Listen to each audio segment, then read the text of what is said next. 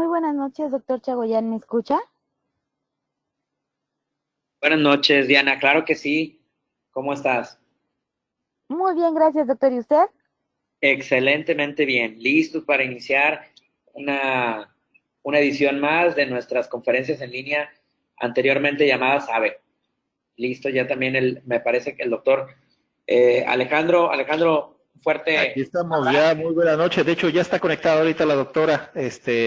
Diana, nos comenta la doctora que se anotó con su nombre para que si eres Ok, tan amable la busques. Liliana Artaza me dice que ya está conectada. perfecto. Ya está en Ahí el está, panel, perfecto. doctora Liliana, ¿nos escucha? Muy buenas noches.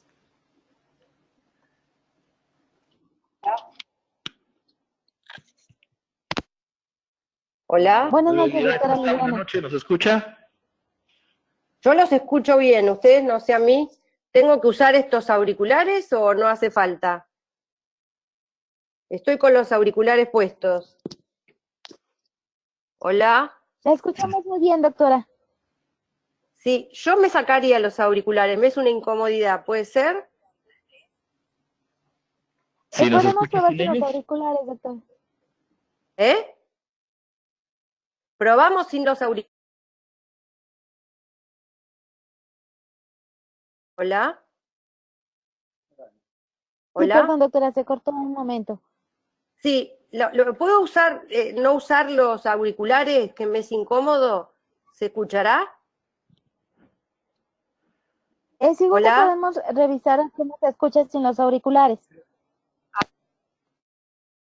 estoy sin los auriculares. ¿Me escuchan?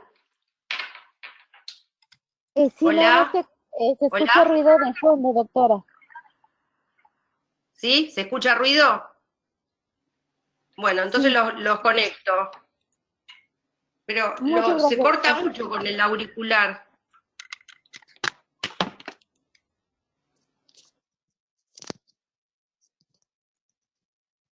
Hola,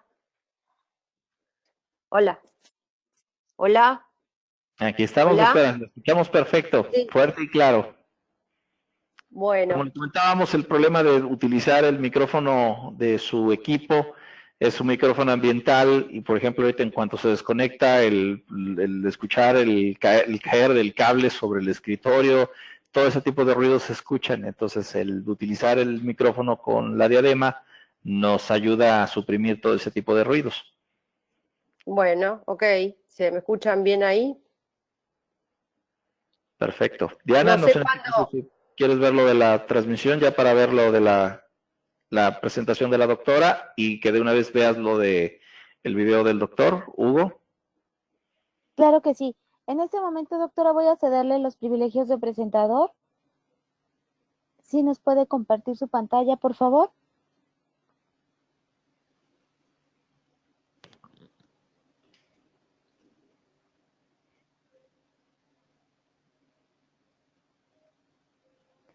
Ya vemos su pantalla, doctora. Si nos puede compartir su presentación, por favor. Ahí está en la primera diapositiva.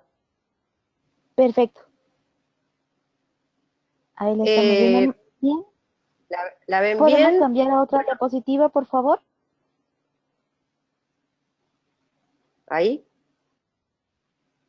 Ahí cambió. Cambio otra. Por favor.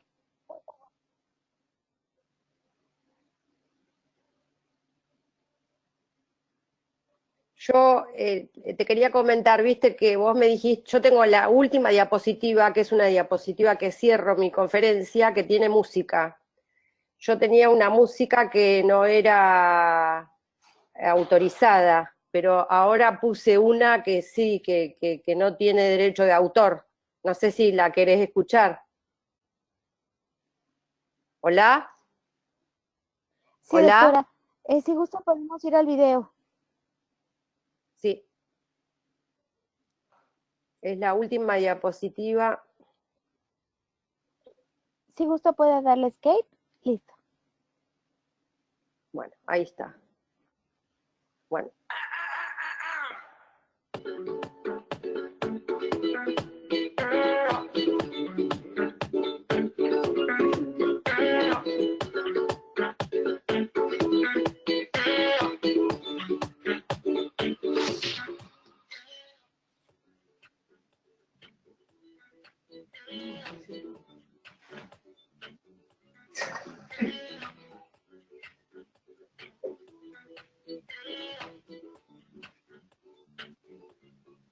Se escucha bien, doctora.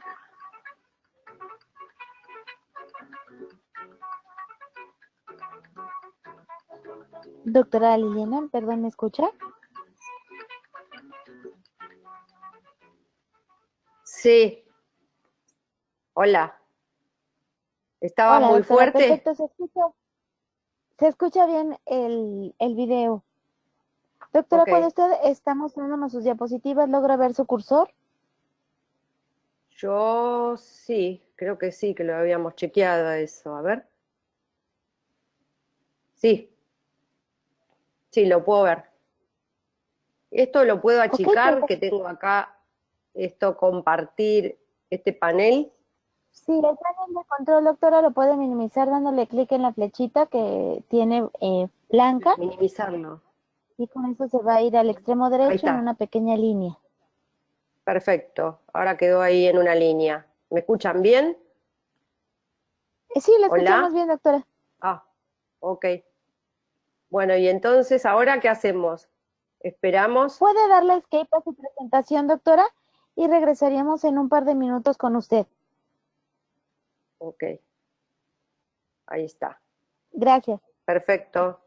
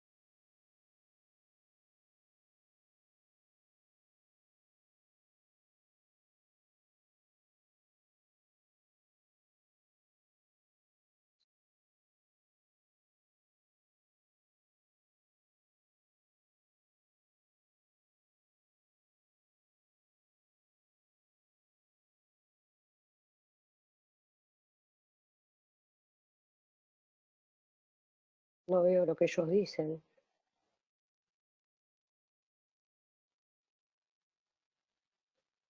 Estamos a 2 minutos de iniciar, doctora. Sí. Primero lo estaba escuchando al doctor y después desapareció. Sí, doctora, es que estamos haciendo pruebas de audio. Ah, ok.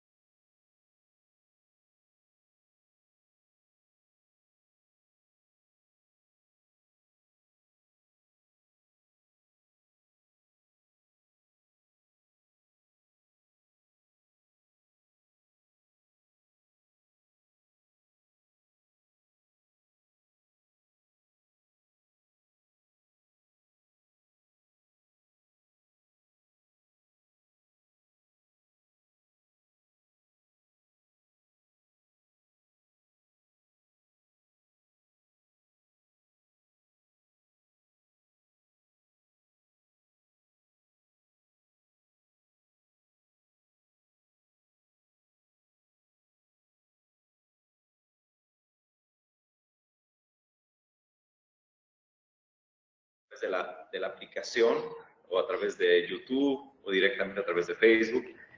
Agradecerles que estén hoy con nosotros en estas denominadas conferencias en línea. Sin duda, con la participación de hoy de la doctora Liliana Artaza, que clínicamente tiene mucha experiencia, pues compartirá toda su experiencia y que será de mucha utilidad para todos nosotros. No quiero perder la oportunidad de invitarlos a que se sigan afiliando con la Asociación Mexicana de Endodoncia. Es muy importante, a partir de ahora tenemos pues, muchos beneficios, la representación legal, tenemos muchos beneficios que ustedes van a irlo sumando o encontrando a través de nuestras redes sociales, de nuestra página, www.amce.org. También, bueno, quiero aprovechar esta oportunidad para compartir con ustedes los avances que hemos tenido en relación a la organización del 49º Congreso de nuestra asociación, a celebrarse del 27 al 30 de mayo en la ciudad de Puebla. Estaré compartiendo un video con las instalaciones para que ustedes lo vayan tomando en cuenta, lo consideren y sigan las promociones que estaremos publicando continuamente a partir del día de hoy. Durante el año 2020 estaremos desarrollando en la ciudad de Puebla nuestro 49º Congreso del 27 al 30 de mayo en las instalaciones del Centro de Convenciones Williams Jenkins.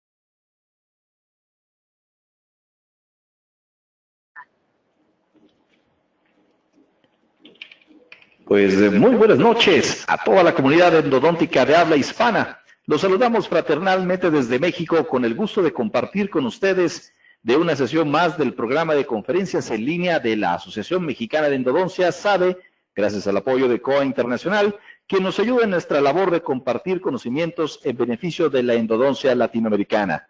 Yo soy Alejandro Espinosa y como siempre es un privilegio el compartir esta noche con ustedes de nuestra conferencia mensual en vivo.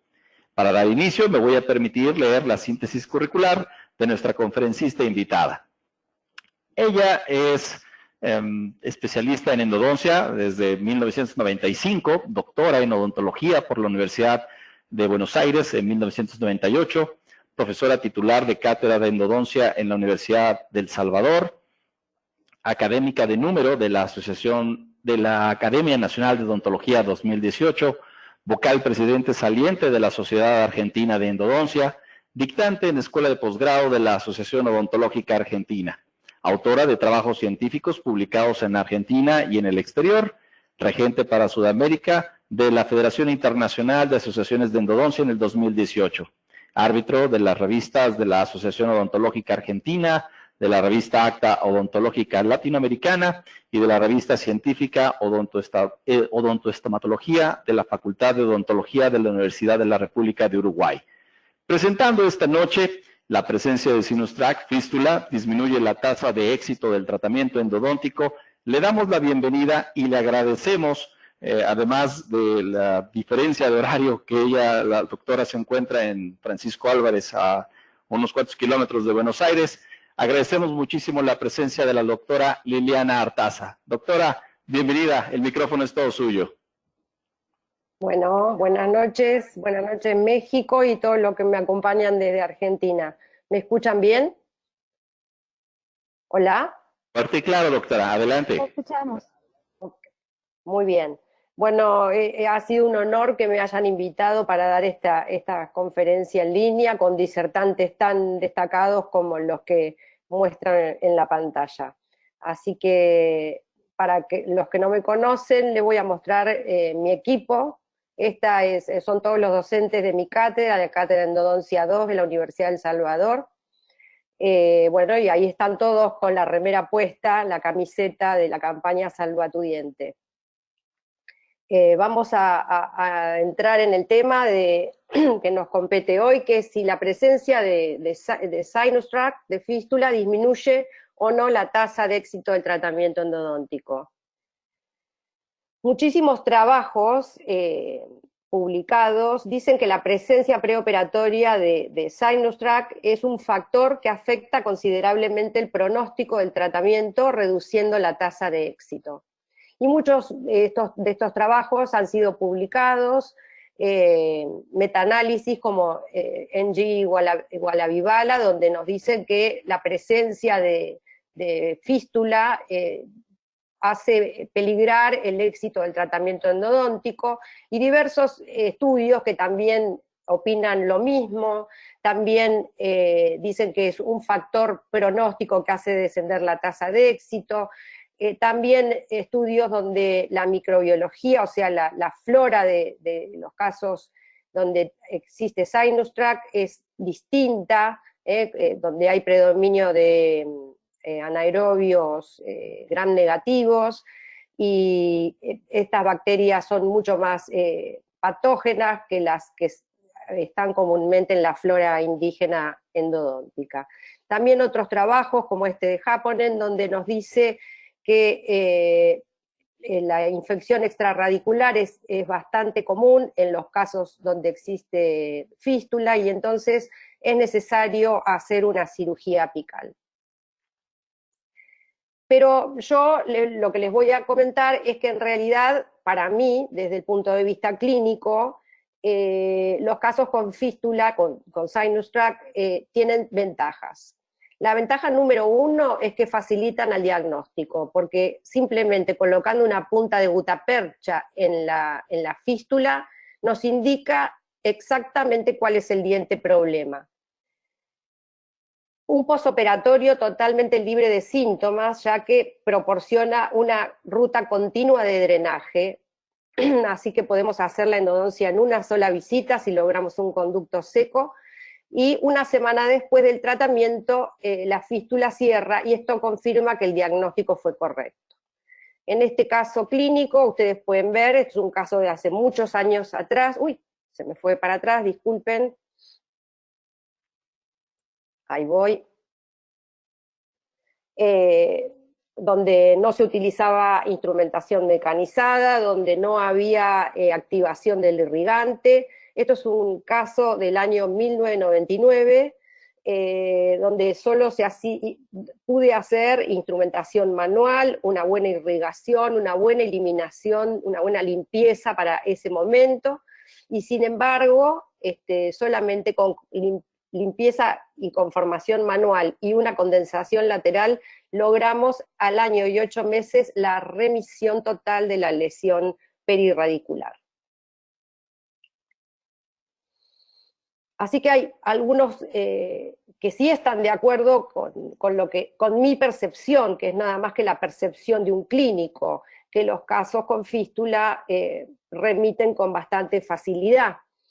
Por ejemplo, en este estudio de Gupta, publicado en 2003 en el Journal of Endodontics, ellos evaluaron un caso de 160 dientes con lesión perirradicular y encontraron que en 24 dientes todos los sinus tracts cerraron después del tratamiento, lo que demostró que la presencia de fístulas no influiría en el resultado a largo plazo del tratamiento endodóntico. Yo también publiqué un trabajo en 2012 en la revista de la Asociación Odontológica Argentina, donde hacía una pregunta, si la fístula dentoalveolar es un síntoma o una enfermedad. Y realmente la presencia de fístula es un síntoma, no es la enfermedad en sí, no es nada más que la manifestación de la extensión de la enfermedad pulpar en los tejidos perirradiculares. Y la fístula se desarrolla como una ruta de drenaje desde la lesión inflamatoria perirradicular, siguiendo el camino de menor resistencia a través del hueso, el periósteo y la mucosa, pudiendo salir por cualquier punto de la mucosa oral o aún en la piel. Pero claro, así como yo que publiqué una serie de 5 o 6 casos exitosos, eso no faltan datos, no significa mucho, lo mismo que el trabajo de Gupta, apenas son 24 casos. También otros autores, dijimos que la fístula puede aparecer en la mucosa y en la piel. Diversos autores han publicado casos exitosos, casos de remisión completa de la lesión sin necesidad de cirugía, también en fístula cutánea. Estos son algunos de los trabajos, uno de un gran maestro argentino, el doctor Osvaldo Smenner, que encontró una fístula nasal relacionada con los incisivos centrales superiores, y solamente con la endodoncia, 4 años después, logró remisión completa de la lesión perirradicular. Este es otro maestro argentino, el doctor Santiago Fraslich, también que publicó este caso en la revista de la Asociación Odontológica Argentina. Este es un caso de un chico que vino a nuestra cátedra, un nene de 9 años con una fístula submaxilar, provocada por la mortificación pulpar del primer molar inferior. En la cátedra lo que hizo Santiago fue limpiar y conformar el conducto. Como era un ápice incompletamente desarrollado, se hizo una terapia con hidróxido de calcio.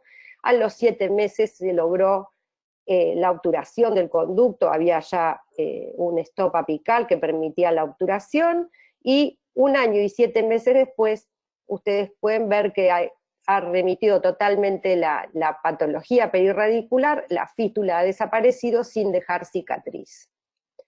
Pero claro, son muchos casos bonitos, pero no tenemos números, no tenemos estadística de una gran cantidad de casos.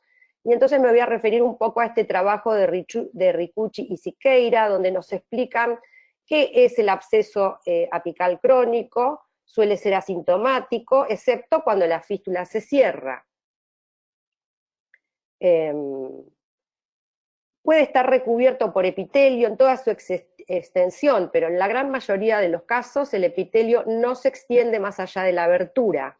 Y esto es una pelea que tenemos siempre con los cirujanos, porque los cirujanos dicen que si el opérculo de la abertura del sinus tract está revestido por epitelio y toda su extensión también, debieran operar la fístula, hacer una excisión del trayecto fistuloso. Y eso realmente los endodoncistas, los clínicos, sabemos que no es así, que no es necesario, que inclusive aún recubierto por epitelio no tiene por qué no sanar si se hace una buena terapia endodóntica.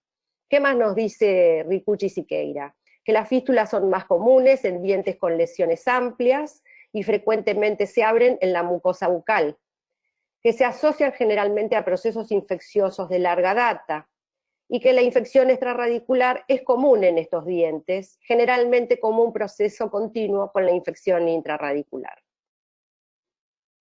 Pero ¿qué me faltaba a mí? Me faltaban a mí datos, o sea, yo tenía muchos casos bonitos, pero no tenía números.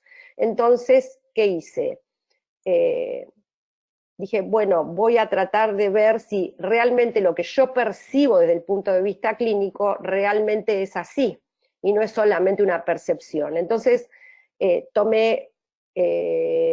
empecé a buscar en mi archivo radiográfico, me remonté a 20 años atrás, ahí fue que yo compré mi primer radiovisiógrafo, entonces era muy fácil juntar las historias clínicas y ver todo el archivo radiográfico de mis pacientes, y empecé a buscar en mi archivo casos con fístulas. Y encontré entonces, de 20 años para atrás, 150 casos con presencia preoperatoria de sinus tract. Entonces evalué 150 piezas dentarias en 141 pacientes que fueron atendidos en un periodo de 20 años. Todos los pacientes me fueron remitidos con signos de periodontitis apical supurativa causada por una variedad de lesiones dentales. La distribución por género fue de 81 mujeres y 60 hombres. Los rangos etarios fueron de 13 a 86 para las mujeres y de 16 a 78 para los hombres. La mayoría de los sujetos en ambos sexos pertenecían al rango etario mayor, o sea, entre 51 y 86 años para las mujeres y entre 51 y 78 años para los hombres. El segundo rango etario fue el del adulto de edad media, y siempre los más jóvenes fue el menor. Entonces, ¿qué hice? Busqué de cada caso clínico por la localización y la prevalencia del sinus tract. Entonces, tomamos los 150 dientes en 141 pacientes atendidos en un periodo de 20 años, y 140 dientes tenían la abertura del sinus tract en la mucosa bucal. Dentro de esos 140 dientes había 13 aperturas a nivel del surco gingival, como pueden ver en este caso clínico. 2 cruzaron la línea media, como pueden ver en este otro caso clínico, que son bastante raros, hay muy pocos casos publicados en la literatura. 3 dientes tenían fístulas dobles, como en este caso, que pueden ver aquí. 5 dientes presentaron apertura palatina, fundamentalmente los primeros molares superiores, y 5 dientes tenían apertura distal, generalmente el último diente de la arcada o el diente vecino a una brecha desdentada. Otra cosa que pudimos ver es que la apertura de la fístula puede encontrarse en la mucosa sobre el diente que la ocasiona, o estar a una considerable distancia del mismo. En otras circunstancias puede correr por el ligamento periodontal del mismo diente. Fíjense este caso clínico que me fue derivado para hacer la endodoncia del incisivo lateral inferior, porque la fístula del sinus tract, la abertura, estaba sobre el incisivo lateral. Si yo no hacía el trazado, no me iba a dar cuenta que el sinus tract venía del canino, que tenía una corona. Así que entonces hicimos las 2 endodoncias en la misma sesión. Esto fue en diciembre de 2010, y acá pueden ver un control, 2 años y 3 meses después, con la remisión completa de la lesión perirradicular, y 3 años y 10 meses después que las piezas siguen manteniéndose funcionales y en boca, a pesar de la mala higiene del paciente. ¿Qué otra cosa pudimos ver? Que cuando corre por el ligamento periodontal, como en el caso de este segundo molar inferior, y sale por el surco gingival, puede hacer confundir al clínico no avesado en que esto podría ser una patología periodontal. Pero ¿qué tenemos que hacer? Siempre que hay una fístula, siempre que hay un sinus tract, tenemos que hacer el cateterismo, que nos va a indicar exactamente cuál es el diente problema y a dónde está la causa de la lesión, y tomar la vitalidad. Todas las piezas que tienen periodontitis apical supurativa tienen mortificación pulpar, tienen necrosis pulpar. En este caso es demostrativo porque muestro el paso a paso de todo el tratamiento. Hacemos el cateterismo del sinus tract, hago la endodoncia en una sola sesión, elimino mi goma dique y veo cómo sale el cemento sellador a través de la fístula, cómo sigue acá en la radiografía por el camino de la fístula. Una semana después compruebo que la fístula se ha cerrado, por lo tanto el diagnóstico ha sido correcto, y obviamente el diente siempre debe ser rehabilitado. Este caso fue rehabilitado en mi consultorio, como pueden ver, sin la utilización, como era un diente que tenía bastante remanente, no se usó ningún tipo de poste, ningún tipo de perno, sino la reconstrucción con una restauración con composite del muñón y una corona de cerámica. 6 años después, la remisión completa de la lesión y la salud de los tejidos gingivales. La presencia de sinus tract nunca requiere medicación antibiótica. Nosotros hacemos la endodoncia y se tiene que cerrar, el sinus tract se tiene que cerrar por el procedimiento de limpieza y conformación dentro del conducto y no por la acción de un antibiótico que enmascararía la curación. ¿Qué otra cosa evaluamos en estos 150 casos? ¿Cuál era el origen de la lesión? O sea, a qué dientes eran los que la originaban. Dentro del lote de 50 pacientes pudimos ver que la mayor cantidad de dientes eran del maxilar superior, más que del mandibular. Pero el diente más afectado fue el primer molar inferior, seguido por el incisivo central superior. En el caso del primer molar inferior, la causa por lo general fue la caries, y en el incisivo central superior la mayor causa fueron los traumatismos. Fíjense este caso, donde la imagen radiográfica aparenta ser una lesión de furcación, que puede ser confundida por el clínico por una lesión periodontal, y estos casos lo que tienen que ver es primero la altura de las crestas, hacer el cateterismo de la fístula, tomar la vitalidad, que siempre debe ser negativa, y nunca tratar periodontalmente a estos pacientes, solamente hacer primero la endodoncia y tomarse un compás de espera. La endodoncia en este caso se hizo en una sola sesión. Este paciente joven, este adulto joven, hacía 14 años que tenía esta fístula, y iba a distintos odontólogos que solo lo medicaban con antibióticos y no actuaban sobre el problema que está dentro del conducto radicular. Se hizo la endodoncia en una sesión única y 2 años después pueden ver ustedes la total remisión de la patología perirradicular. Les comentaba yo que el segundo grupo dentario que más encontramos sinus tracts dentro de nuestro estudio fue el incisivo central superior, y en la mayoría de los casos estos pacientes tenían una historia de traumatismo en su infancia. Este paciente es un hombre de 41 años que había tenido un traumatismo a los 10 años y tenía una fístula persistente con una antigüedad de 5 años. Se había hecho una endodoncia 10 años atrás, iba a diferentes odontólogos y los odontólogos lo único que hacían era medicarlo con antibióticos. Y así tenía etapas que la fístula se cerraba y después volvía. Así que vino a nuestro consultorio, hicimos el diagnóstico radiográfico, el cateterismo de la fístula y rehicimos la endodoncia. Esta endodoncia no fue rehecha en una sola sesión porque el sinus tract era muy antiguo y porque no logramos un conducto seco, había exudado inflamatorio. Entonces colocamos una medicación intracanal de hidróxido de calcio durante 15 días y después se hizo la obturación.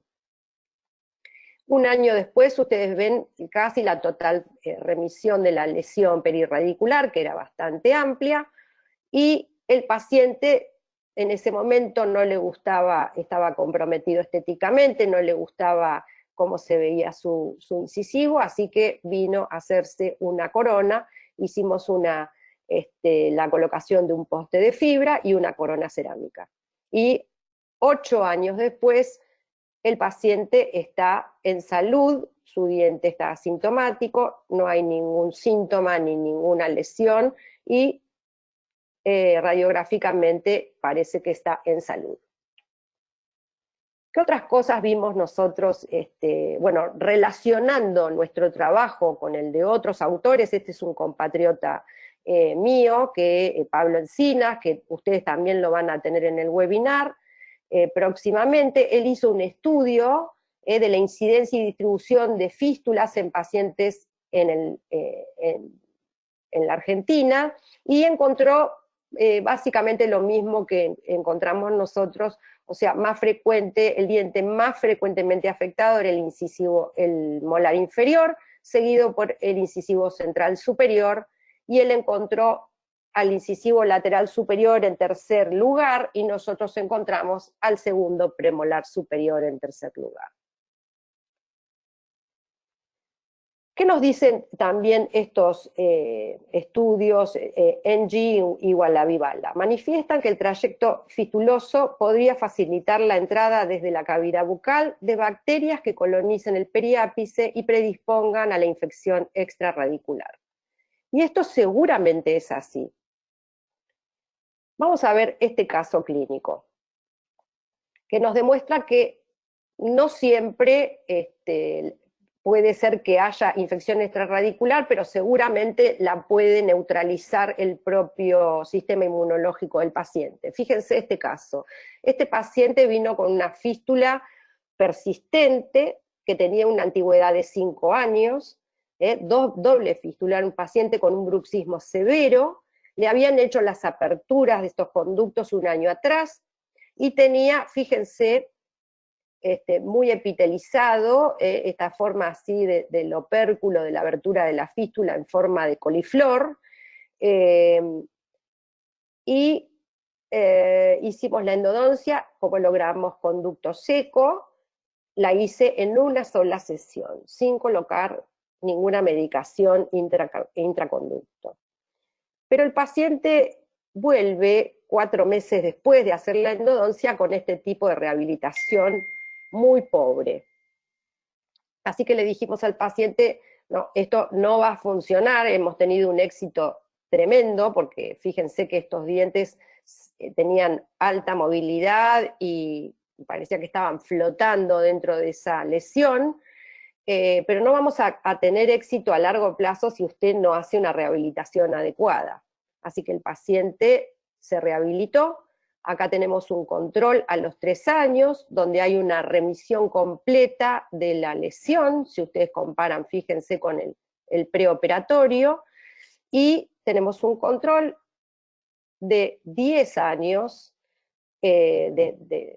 donde hay completa reparación y el mantenimiento, la sobrevida de las piezas dentarias y la funcionalidad.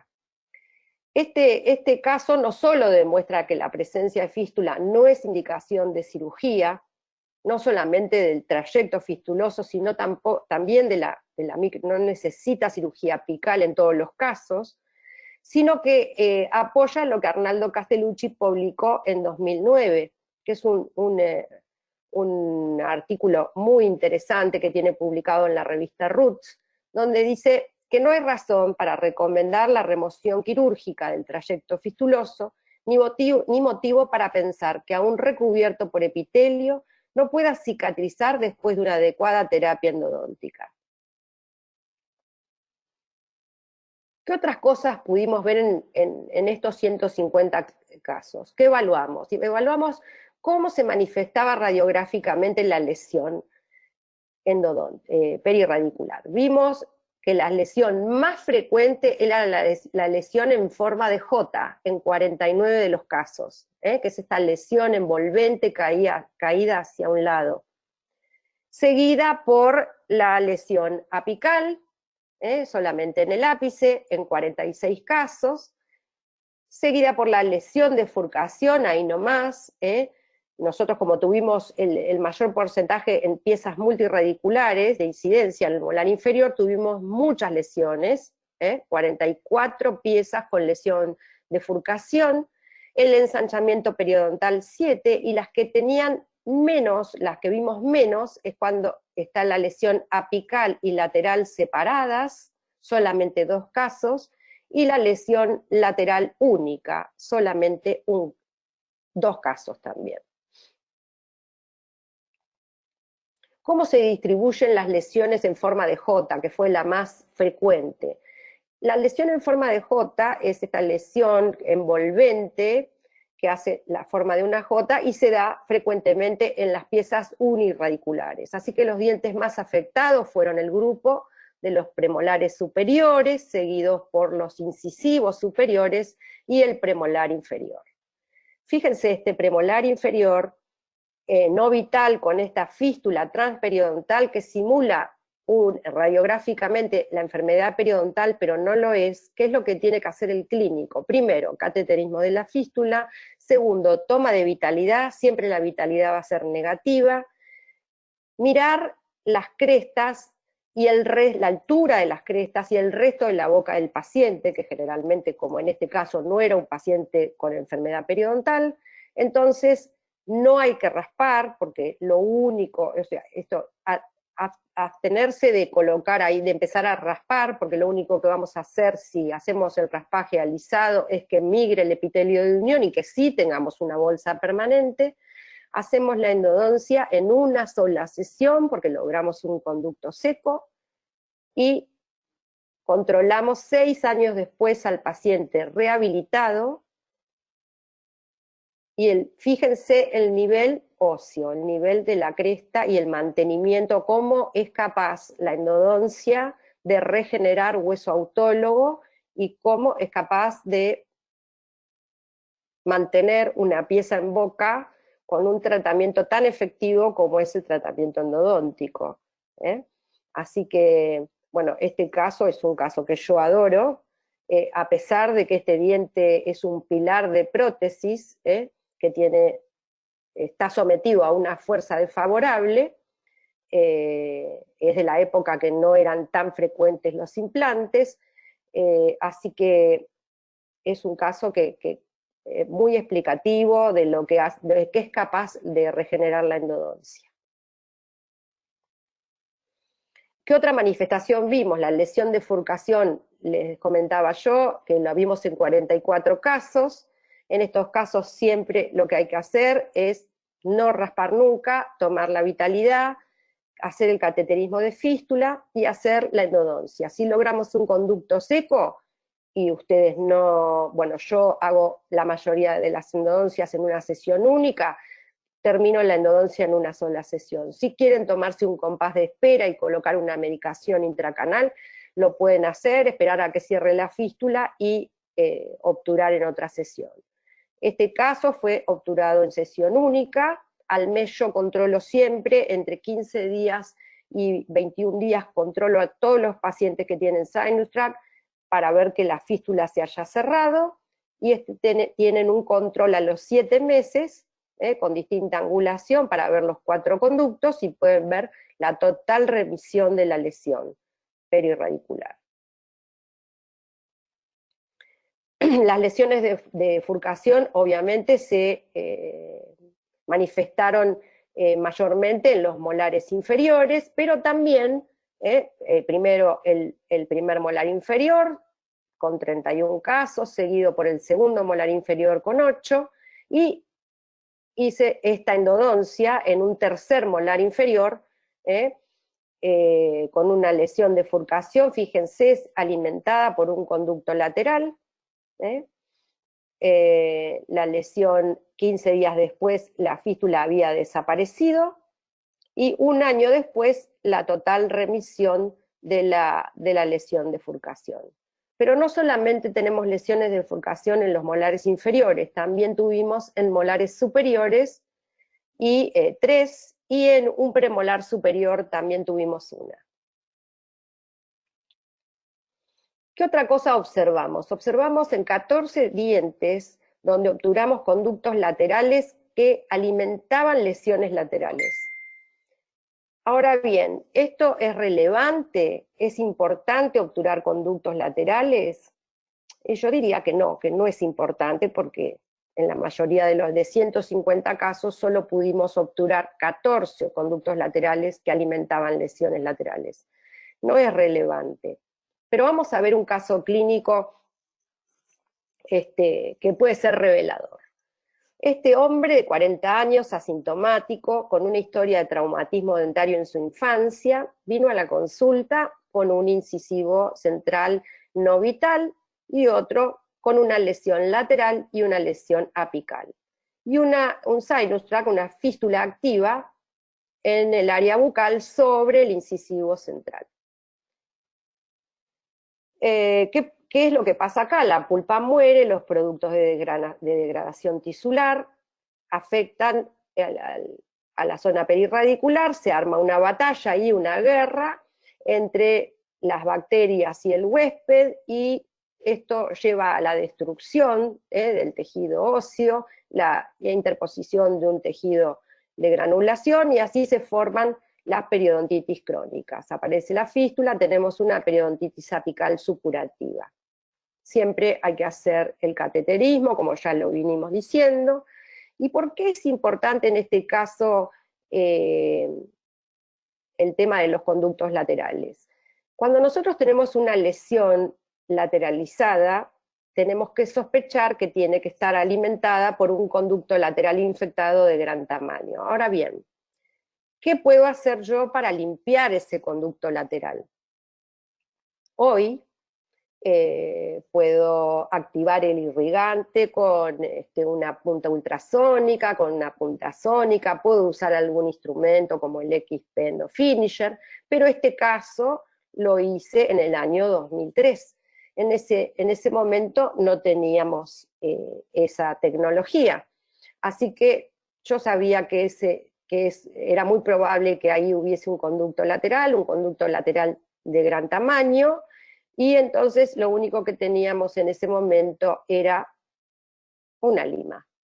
Así que curvé una lima en ángulo recto, busqué por la pared donde debería estar el conducto, y me ayudó la mano de Dios, y pude entrar en ese conducto lateral, solamente hacer in-out movement, o sea, solamente movimientos de in-out. Otra cosa no había, solamente la irrigación con EDTAC, que en ese momento lo dejábamos 5 minutos, y copiosa irrigación. No teníamos más que eso. ¿Cómo lo obturábamos? Bueno, en ese momento nosotros, esto fue en 2003, nosotros en el año 2001 publicamos un trabajo en el Journal of Endodontics donde evaluamos las distintas técnicas de obturación en cuanto a su habilidad para obturar conductos laterales, en un modelo experimental donde fabricamos conductos laterales simulados. Y obtuvimos como resultado que las mejores técnicas eran la técnica ultrafil, que era la inyectada de baja fusión, y la técnica Thermafil. Fíjense que en ese momento el Thermafil era de vástago plástico, no era el Butacor que tenemos en la actualidad, así que obturamos con H26 y un Thermafil calibre 50.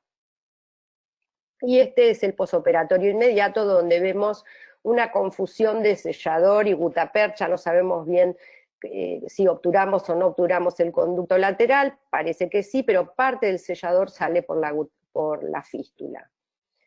Recuerden que este era cómo habíamos logrado entrar en el conducto lateral, y 7 días después, cuando ya todo el exceso de sellador se fue por la fístula, pudimos ver que no solamente se había obturado un conducto lateral, sino que habíamos obturado 2 conductos laterales. Quiere decir entonces que no tenía mucho sentido haber entrado a uno, pero bueno, a todos nos gusta obturar conductos laterales, y si podemos entrar e instrumentarlos, mejor. Pero ¿qué me dice este caso clínico? Si yo veo el control a distancia, fíjense, 7 meses después persiste la obturación del conducto lateral, 2 años después hay persistencia de la obturación de esos 2 conductos laterales. Y esto me dice que las técnicas con gutapercha termoplastizada son muy hábiles, tienen mucha habilidad para obturar conductos laterales de manera permanente. Así que si nosotros tenemos la sospecha de que hay una lesión lateral y que puede estar alimentando un conducto lateral de gran tamaño que esté infectado, una técnica de gutapercha termoplastizada es lo indicado. Es un tema sumamente controversial en la literatura, el tema de si es necesario o no la obturación de conductos laterales. ¿Qué nos dice Schilder? Que las piezas dentarias con conductos laterales no obturados, en casos de diagnóstico de mortificación pulpar, puede condicionar el éxito a distancia del tratamiento endodóntico. Y eso es cierto, obviamente nos puede condicionar. Ahora, ¿es fundamental la obturación del conducto lateral? Seguramente que no. ¿Qué nos dicen otros autores, como Domenico Ricucci y Joseph Siqueira? Nos dice que la obturación de los conductos laterales no es tan esencial como su limpieza, que no es imperativo compactar el sellador o la gutapercha dentro de los conductos laterales, sino desinfectarlos. O sea que es más imperativo limpiarlos que obturarlos. Pero vamos a ver un caso clínico. Fíjense, viene a mi consultorio una paciente con un diente intacto, sin caries y sin restauraciones. Y tiene una fístula, discúlpenme que yo digo tanto fístula, pero acá en la Argentina no decimos sinus tract y decimos fístula, sobre el primer premolar superior que termina en la furcación. El test pulpar dio negativo, la corona estaba intacta, el sondaje del surco gingival dio normal, o sea, ¿qué puedo sospechar yo ante esta patología, ante esta clínica? Que el diente puede estar fisurado. Entonces hago el sondaje del surco gingival, pero dio normal, no encontré defecto periodontal angosto. Le pregunto a la paciente si tenía algún hábito, si mordía lapiceras o lápices. Nunca tuvo traumatismo y no tiene malos hábitos. Tengo dos opciones, o el diente está fisurado o hay un conducto lateral de gran tamaño que alimenta esa lesión. Se lo comunico a la paciente, le digo, mire, hay grandes posibilidades de que esto sea un conducto lateral, pero también puede ser que esté fisurado el diente y el diente va a extracción. ¿Qué hacemos? Bueno, la paciente decide que quiere intentar salvar su diente y entonces vamos a hacer la endodoncia. La pregunta es, ¿está fisurado o hay un conducto lateral amplio, infectado, que está alimentando esa lesión?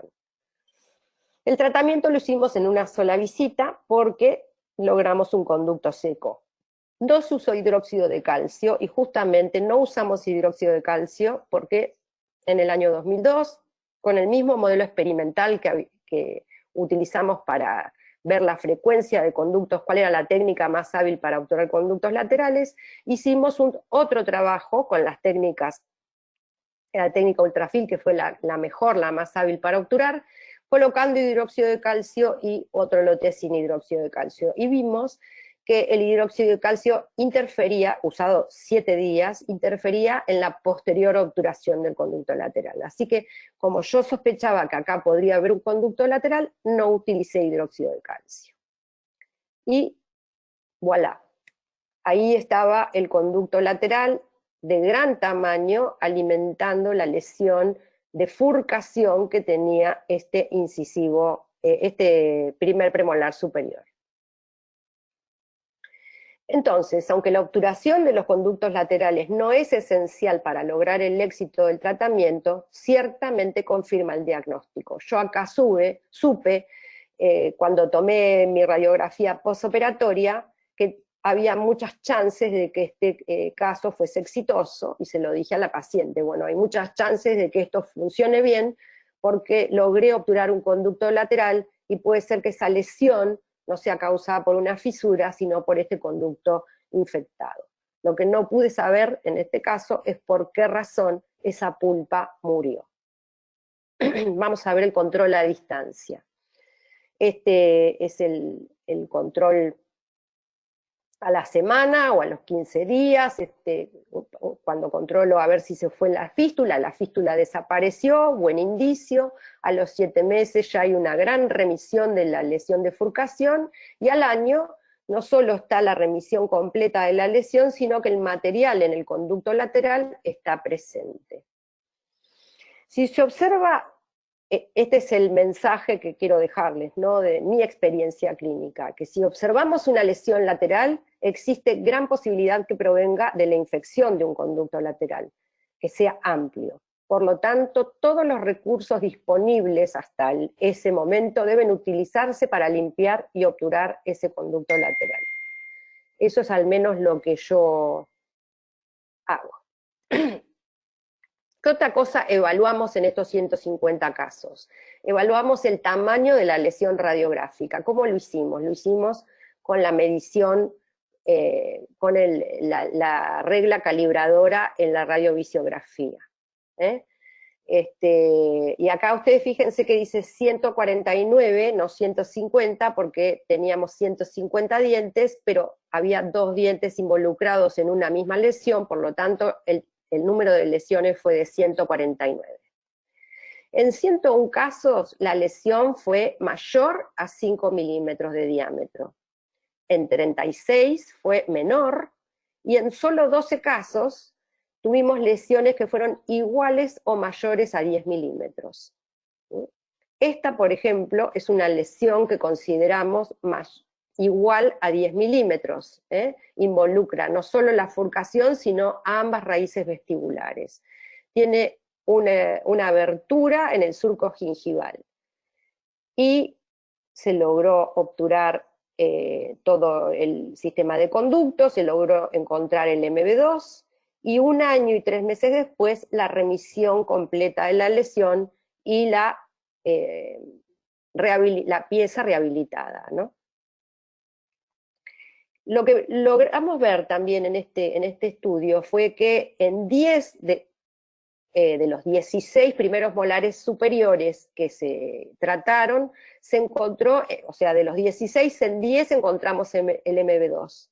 5 fueron reintervenciones, que justamente la causa de ese fracaso había sido la no localización del MB2. Y también en 2 de los 10 segundos molares superiores que se trataron, también se logró encontrar el MB2.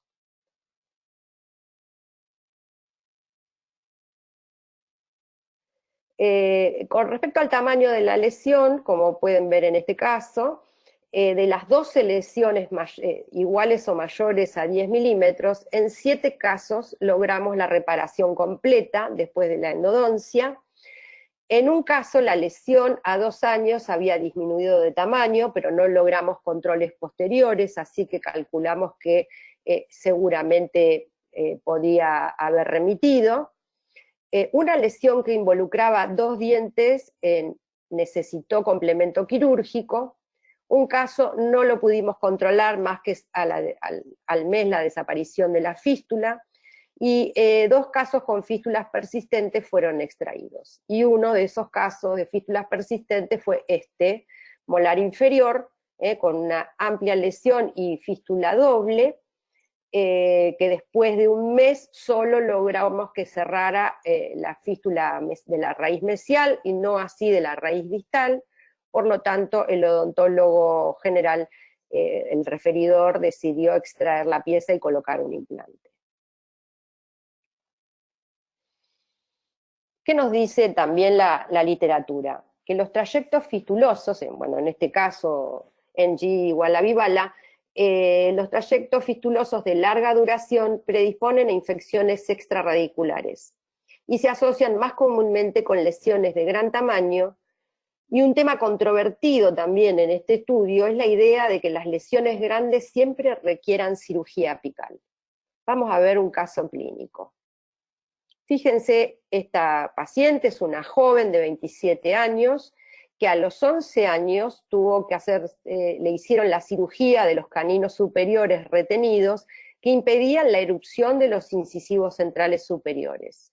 Viene a mi consultorio con una fístula activa y una lesión muy grande, de más de 10 milímetros, entre el incisivo central derecho y el lateral derecho.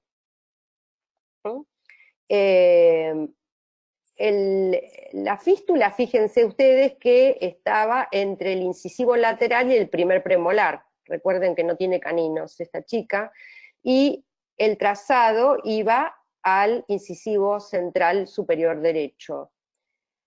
Tanto el lateral como el premolar tenían vitalidad, o sea, respondían al test térmico. Los únicos dientes que no respondían eran ambos incisivos centrales.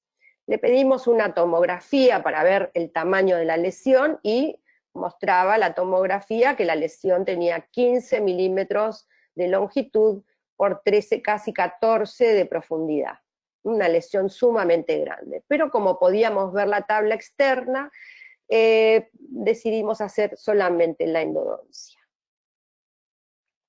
Fíjense, en la primera visita se limpió y se conformó el conducto, se activó, esto ya es un caso más moderno, entonces se activó con una punta ultrasónica, se utilizó el Irrisonic de Helse, tanto el hipoclorito como el ETAC durante 1 minuto, pero no logramos un conducto seco en la primera sesión, así que se colocó hidróxido de calcio y se esperó 15 días.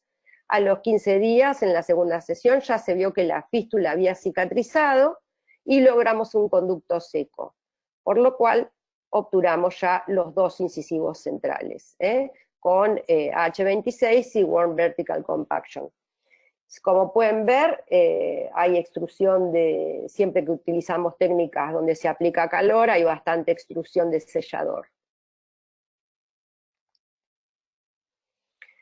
Y lo que dice la literatura, que generalmente las lesiones grandes pueden requerir cirugía, en este caso, fíjense, 2 años después del seguimiento, 2 años después, se puede ver que la gran lesión está completamente reparada y que la cirugía apical no fue necesaria. ¿Qué nos dicen Ricucci y Siqueira? Que numerosos estudios informan una alta tasa de éxito para el tratamiento no quirúrgico de los dientes con sinus tract, que la infección intrarradicular está siempre presente en estos casos, que aunque la infección extrarradicular no es frecuente, si estuviera presente podría ser manejada por las defensas inmunitarias del huésped en la mayoría de los casos.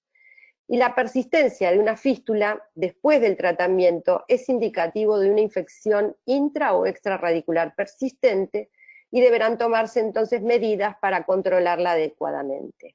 Quiere decir entonces que nosotros, como vimos en este estudio, tenemos casos de sinus tract de larga duración, los pacientes como no tienen dolor y como van muchas veces de un consultorio al otro deambulando siendo maltratados,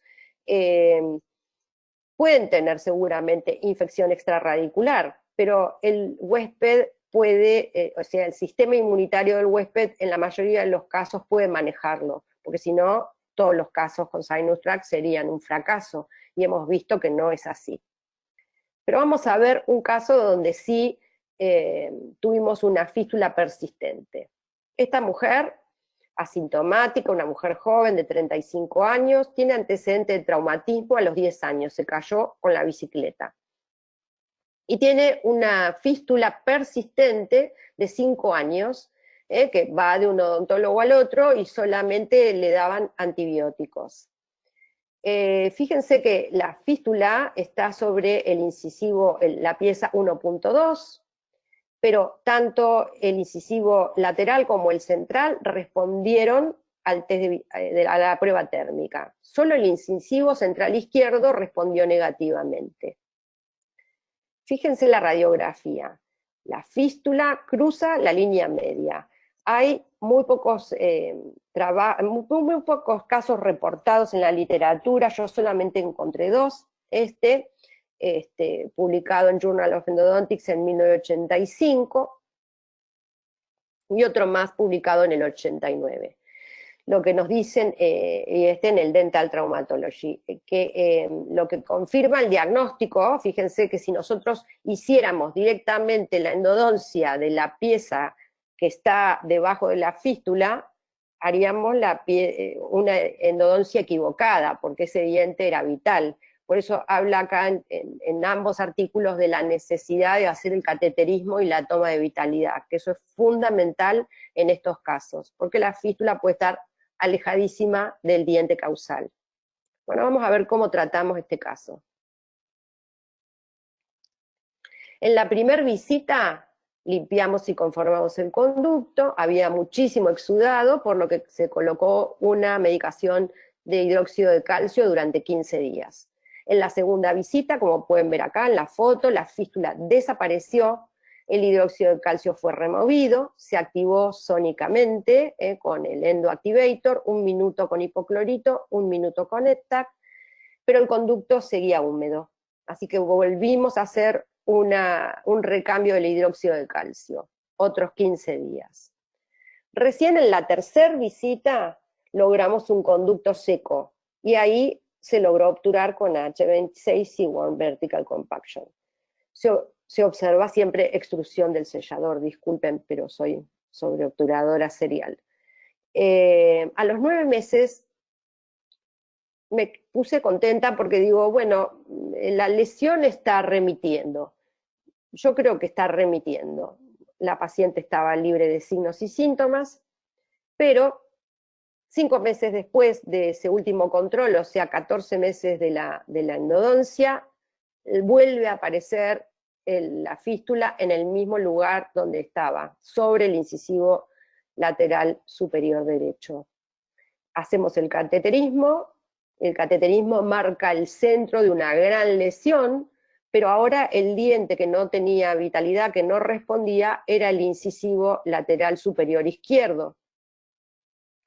Así que en la primera visita limpiamos y conformamos, como había mucho exudado inflamatorio y no logramos un conducto seco, no se obturó definitivamente en ese momento, y pospusimos para una segunda visita la obturación.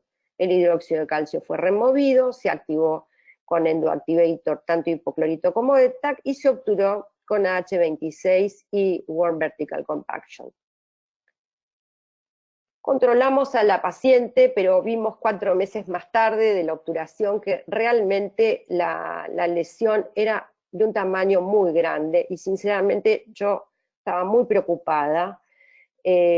Así que le dije a la paciente, mira, yo sospecho que acá hay una infección extrarradicular, o sea que las bacterias están fuera de mi alcance, de mi tratamiento, que no voy a hacer nada con rehacer estos tratamientos, necesitamos acá hacer una cirugía.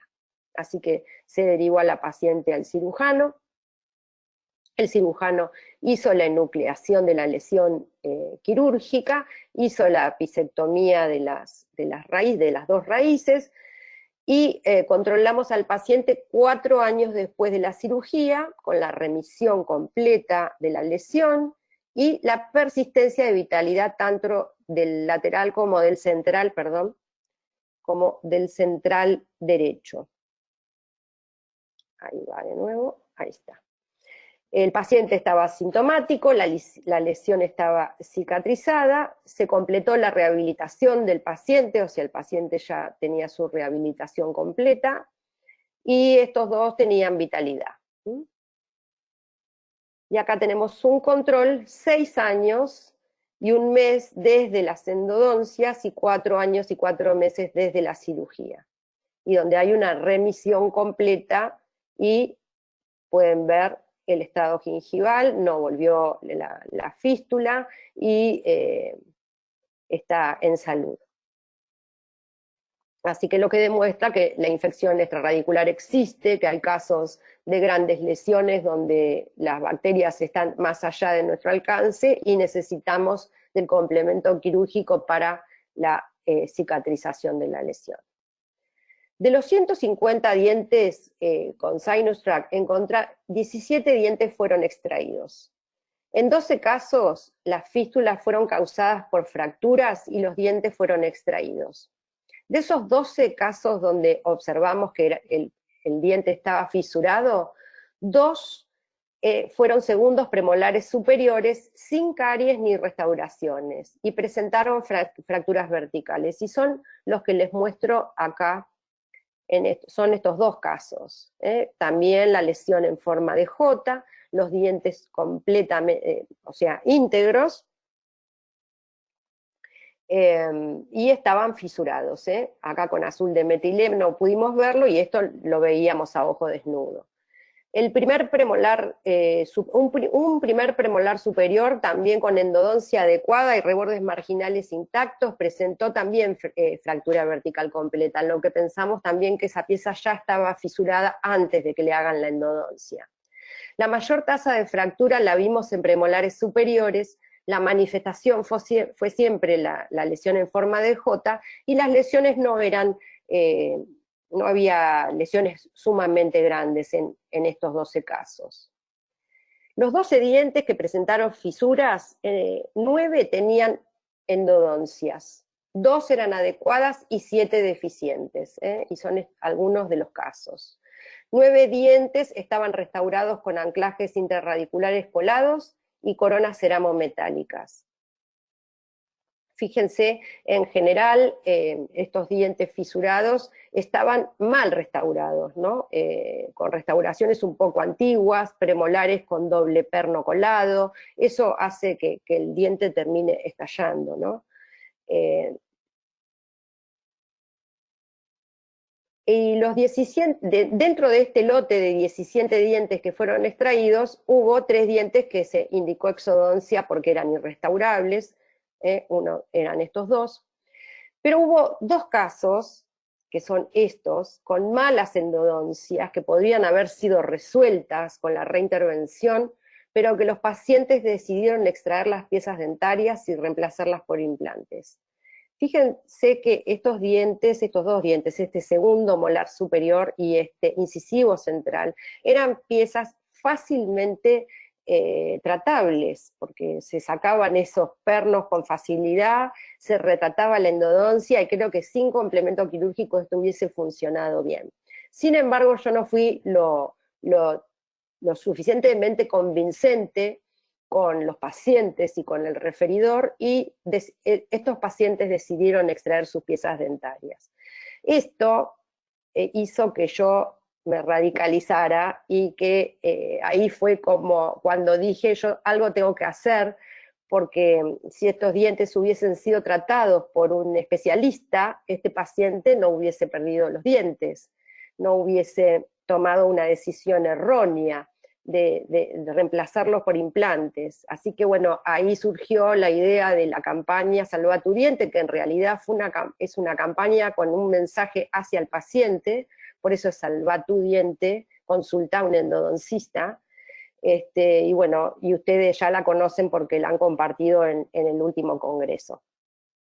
Bueno, así fue que entonces traté endodónticamente 133 dientes con presencia de sinus tract. 9 casos hubo fístulas persistentes luego del tratamiento, 9 casos. 3 resolvieron luego de la cirugía apical y 6 dientes fueron extraídos. Los 124 dientes restantes, todas las fístulas cerraron en un periodo entre 7 y 21 días después del tratamiento endodóntico. Todas las fístulas cerraron. Y tuvimos diversas lesiones, como vieron ustedes. La causa, también evaluamos los antecedentes de estos 133 dientes tratados. La causa más frecuente fue la caries, seguida por el fracaso endodóntico, en 30 piezas. Hicimos 36 retratamientos, porque tuvimos traumatismo más fracaso endodóntico en 6. El traumatismo siguió en frecuencia. La ortodoncia, por ejemplo, es este caso que les muestro aquí. Después del tratamiento ortodóntico, esta paciente con un diente íntegro, intacto, tuvo una mortificación pulpar, seguramente por algún movimiento brusco, y una reabsorción dentinaria interna, así que ahí hicimos la endodoncia, obturamos esta reabsorción, se hizo la obturación coronaria en el mismo momento, y controlamos 9 meses después y tenemos una reparación parcial de la lesión, que yo creo que va en camino de reparar completamente, pero hoy es una reparación parcial. Otra causa fue la cirugía, el caso que les mostré yo de la gran lesión que la chica le habían hecho las extracciones de los caninos retenidos. El bruxismo fue también otra causa frecuente.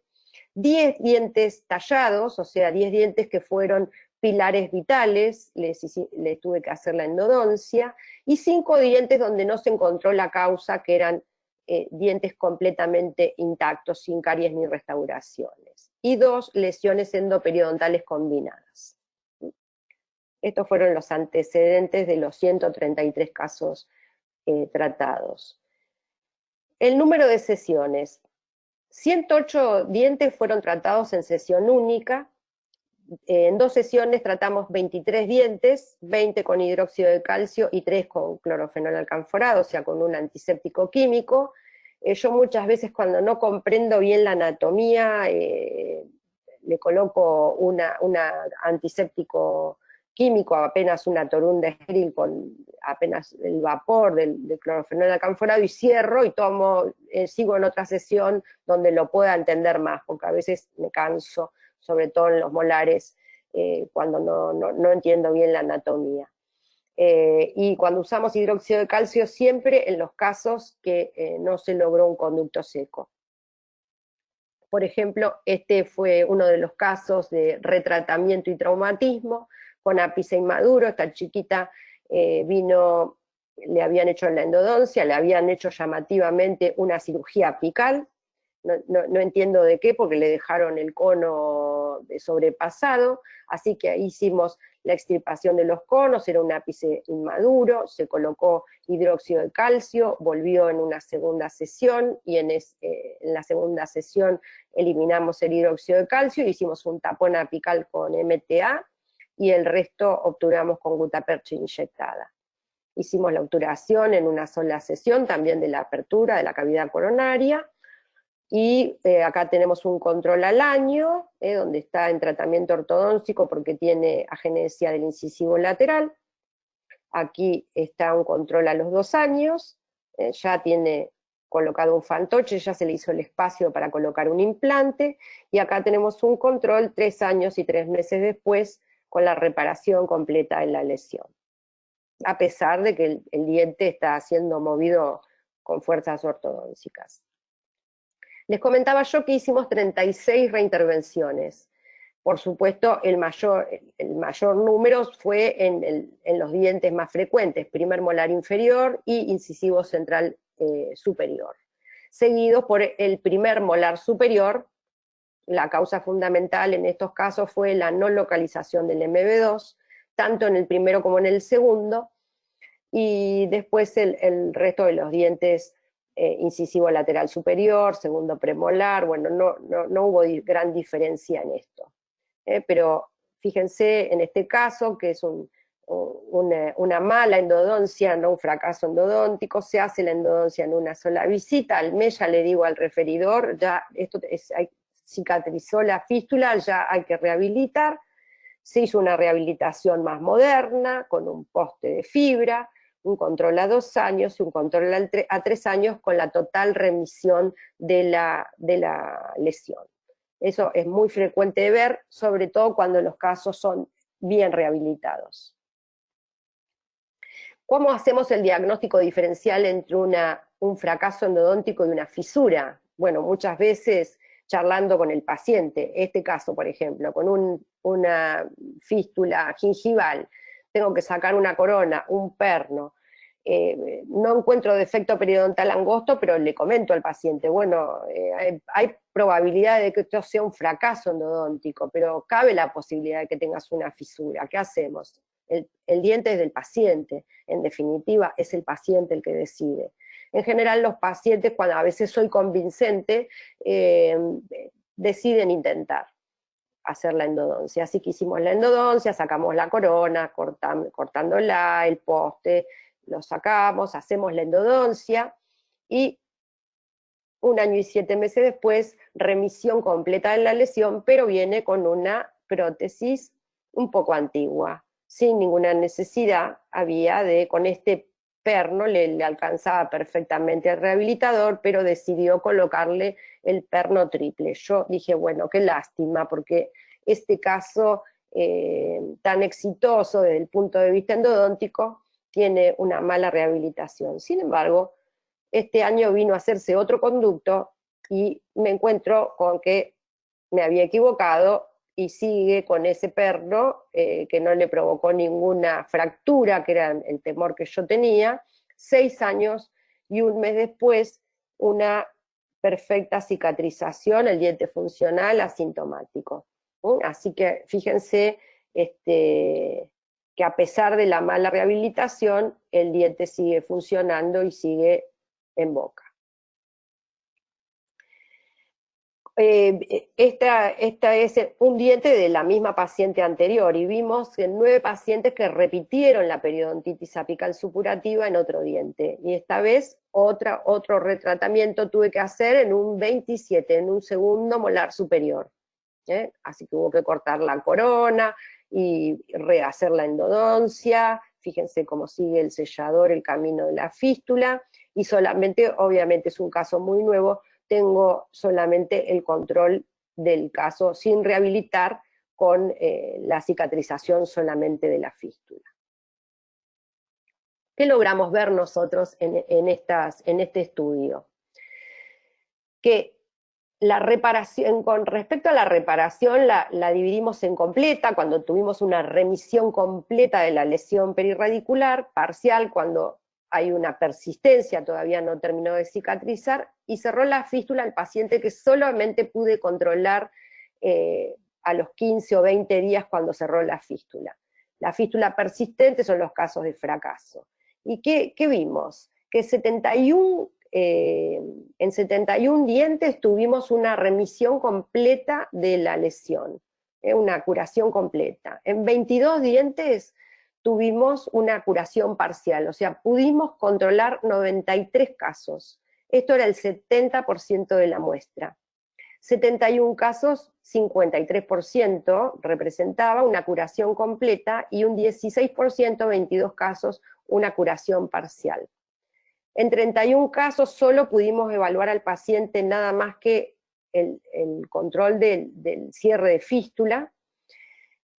Tuvimos 9 fístulas persistentes, de las cuales 3 remitieron después de la cirugía apical. O sea que en realidad, como definición, como conclusión, es que dentro de este estudio tuvimos una alta tasa de éxito, 93 casos controlados y 71 casos de endodoncias exitosas, inclusive en lesiones grandes, sin complemento quirúrgico.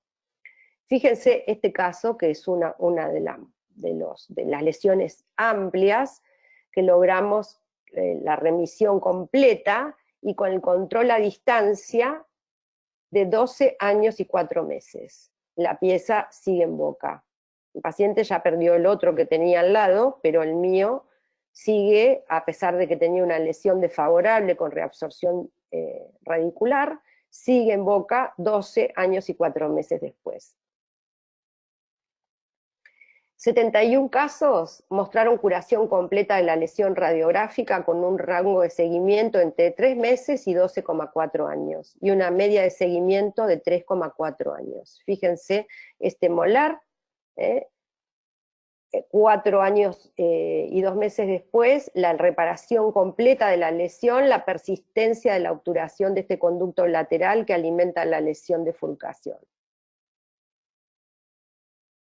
En 22 casos, los dientes mostraron una reparación parcial. En general, estos casos fue o porque no pudimos seguir controlando al paciente, porque no vino a las citas, o muchas veces porque son lesiones grandes, pilar de prótesis, pilares de puente, y entonces los procesos cicatrizales son mucho más lentos cuando el diente está sometido a tanta carga. En este incisivo, con una lesión envolvente en forma de J, 2 años, fíjense, 2 años, tenemos una remisión de la lesión, pero no tenemos una curación completa. 4 dientes con reparación completa se fracturaron después del tratamiento, uno a los 14 meses, 2 a los 6 años y otro a los 13 años, y fueron extraídos. Estas 4 piezas tenían grandes restauraciones plásticas. Fíjense, este es uno de esos casos, con una lesión amplia de más de 10 milímetros, un control a los 7 años, una reparación casi completa, apenas un ensanchamiento del ligamento periodontal, pero el paciente vuelve 13 años después con la pieza fracturada. Esto no es porque tenía una fístula, es simplemente porque hubo una falla estructural, y eso tiene que ver con el remanente dentario. Otra vez Engie Wallaby-Bala, hablando de la sobrevida de las piezas dentarias, ellos encontraron que para que haya una sobrevida post-endodoncia, los dientes deberían ser restaurados con una corona dentro de los 90 días después del tratamiento endodóntico. Que los dientes con los rebordes marginales, mesial y distal intactos, tienen más posibilidades de sobrevida.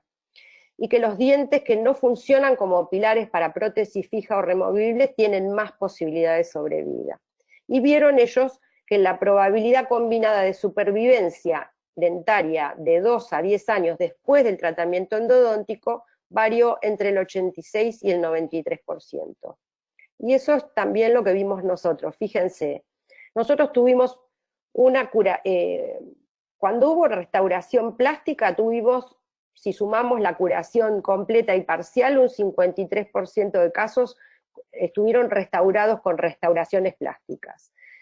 4 de esos casos se fracturaron, uno 13 años después y 2 6 años después. Estos eran dientes estructuralmente debilitados y muchas veces con restauraciones sin recubrimiento cuspidio. Entonces, es probable que estos dientes, por una falla estructural, se terminen fracturando.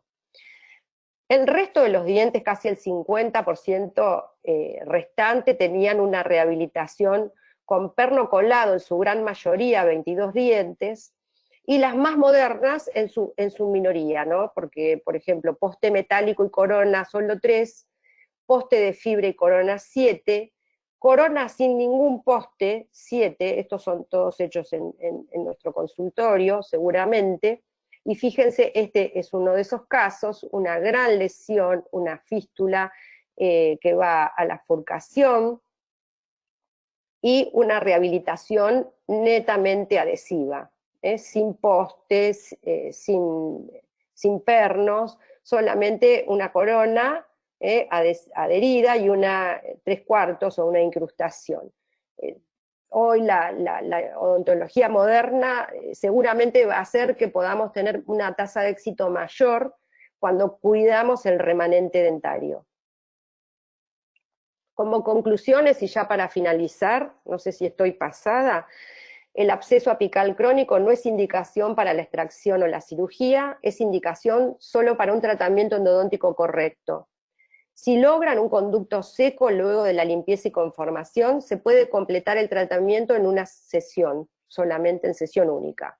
Una semana después de la limpieza y conformación del sistema de conductos, la fístula generalmente se cierra, lo que confirma que se hizo un diagnóstico correcto y un tratamiento eficaz. Hay muchos estudios que informan una alta tasa de éxito para el tratamiento no quirúrgico de los dientes con fístula. La infección intrarradicular siempre está presente en estos casos, siempre son casos con mortificación pulpar. Aunque la infección extrarradicular no es frecuente, si estuviera presente podría ser manejada por las defensas inmunitarias del huésped. Si persiste una fístula después del tratamiento, es indicativo de una infección intrarradicular o extrarradicular persistente y se deberán tomar medidas para controlar esa infección. Bueno, acá he terminado. Espero les haya servido. Esto es lo que significa la campaña, que no lo voy a repetir porque seguramente ustedes que la compartieron en el Congreso de AME saben de qué se trata, pero es la revalidación de la especialidad y de la endodoncia hecha por especialistas, que siempre tiene un resultado mucho más elevado de éxito que hechas en manos inexpertas. Y bueno, ahora voy a compartir con ustedes toda la gente que compartió esta campaña con un poco de música.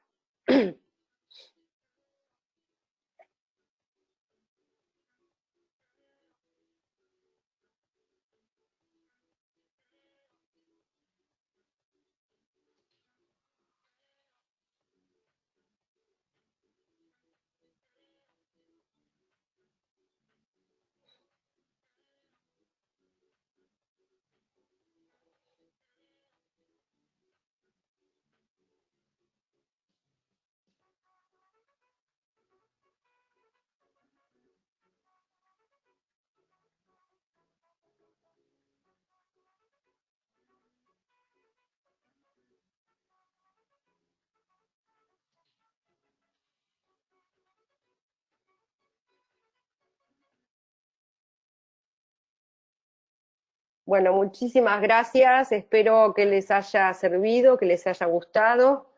No sé, espero que me hayan escuchado. No tengo retorno. Hola.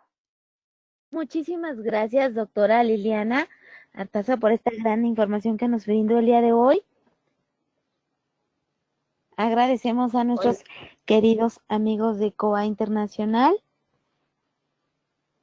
Hola, bueno, muchísimas gracias. Espero que haya salido todo bien. Todo muy bien, doctora. Muchísimas gracias. Bueno, muchas gracias a ustedes. Doctora, si nos permite unos segundos para continuar con la sesión de preguntas y respuestas. Perfecto. Y nada más quisiera recordarles, queridos idontonautas, que con su conexión en la plataforma se acredita directamente su CADI y lo verán reflejado en máximo 48 horas. A quienes nos hacen favor de acompañarnos vía Facebook o YouTube, les pedimos por favor ingresar a www.inteligenciadental.com/CADI. Si gusta, doctor Enrique Chagoyán, podemos continuar con la sesión de preguntas y respuestas. Claro que sí. Muy buenas noches, doctora Liliana Artaza. Excelente presentación.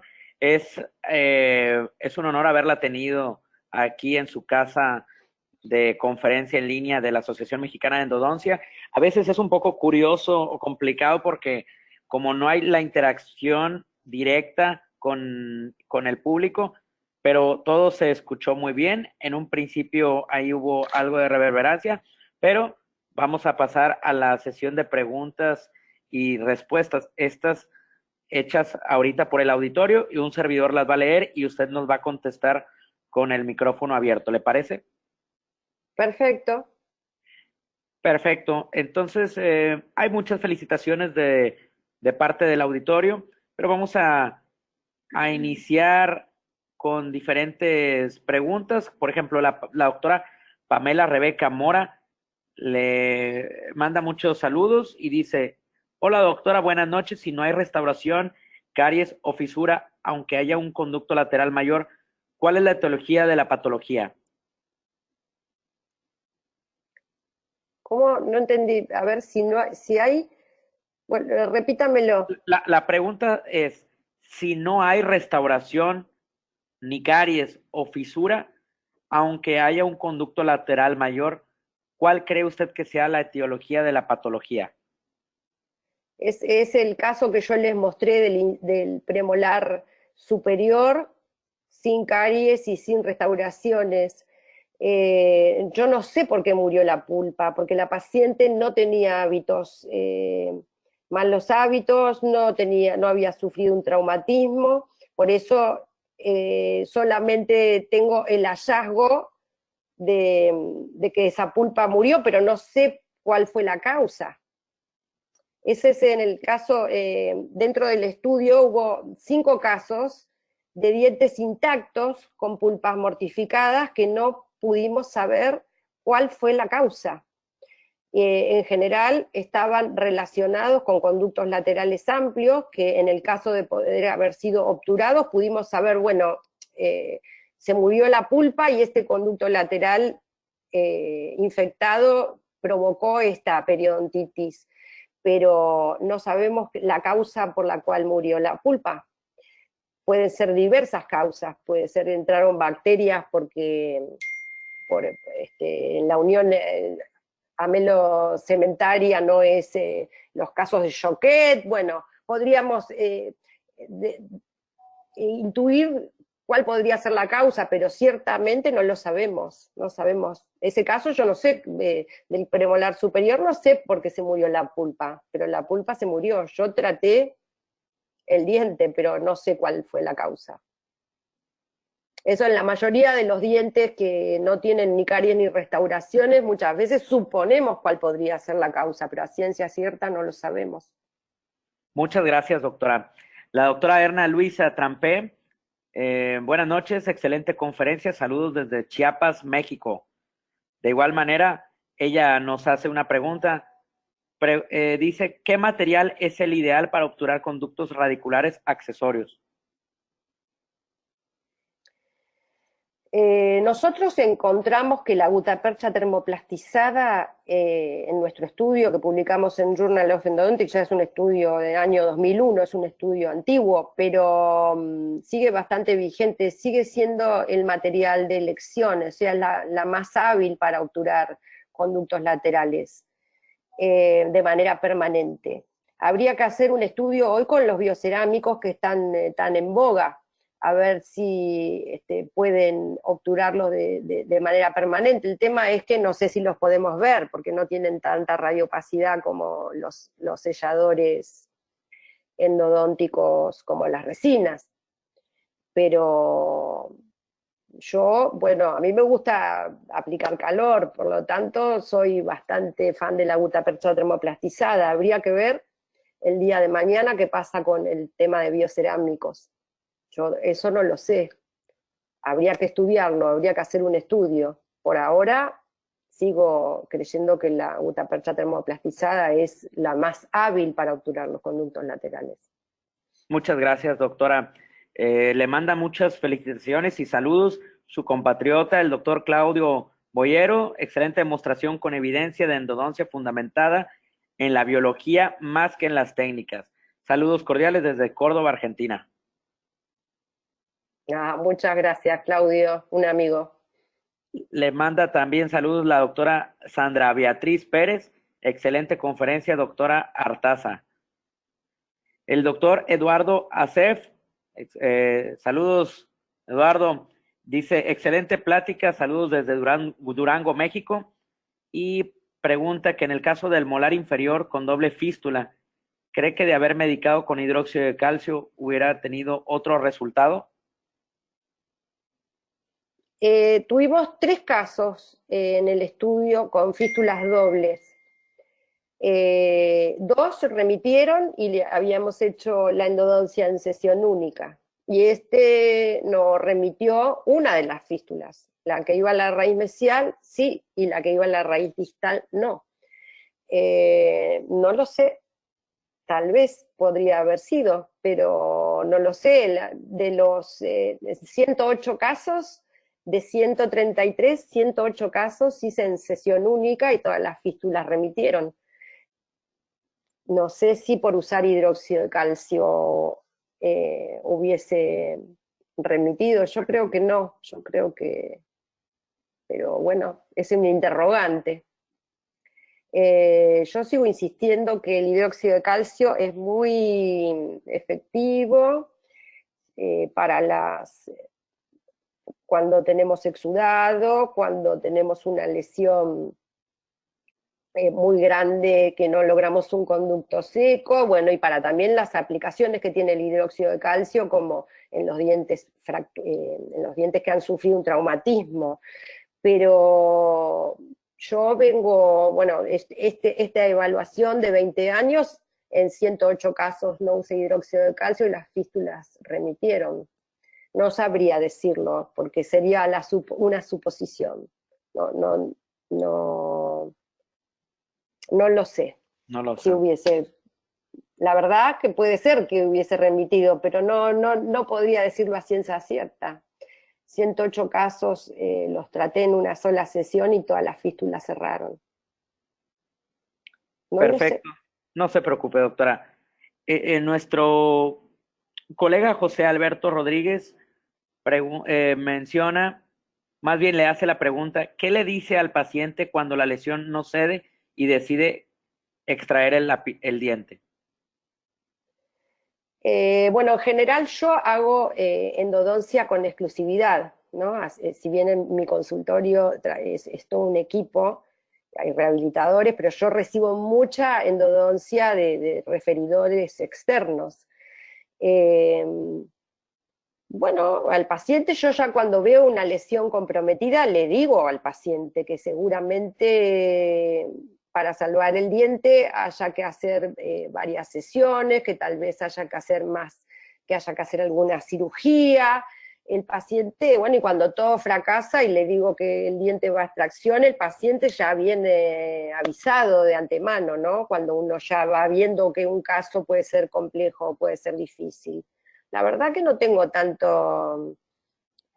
problema. Son muy Problema. pocos los dientes que van a extracción. La verdad que son muy pocos los dientes que van a extracción. Salvo cuando veo ya una fisura, que al paciente directamente no lo trato.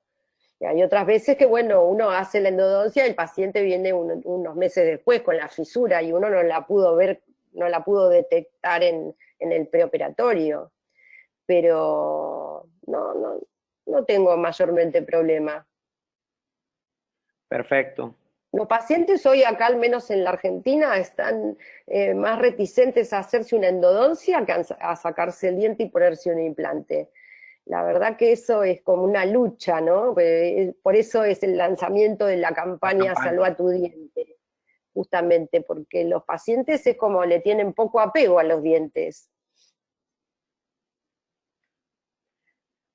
Muy bien, No sé doctora. si respondí la pregunta. Sí, claro, claro, en definitiva. La No sé si doctora, les pasará en México, ¿no? A ustedes con el tema de los implantes, pero acá hay una...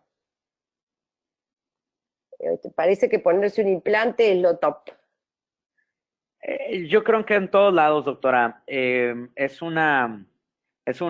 implantomanía, muchos mencionan como una implantomanía.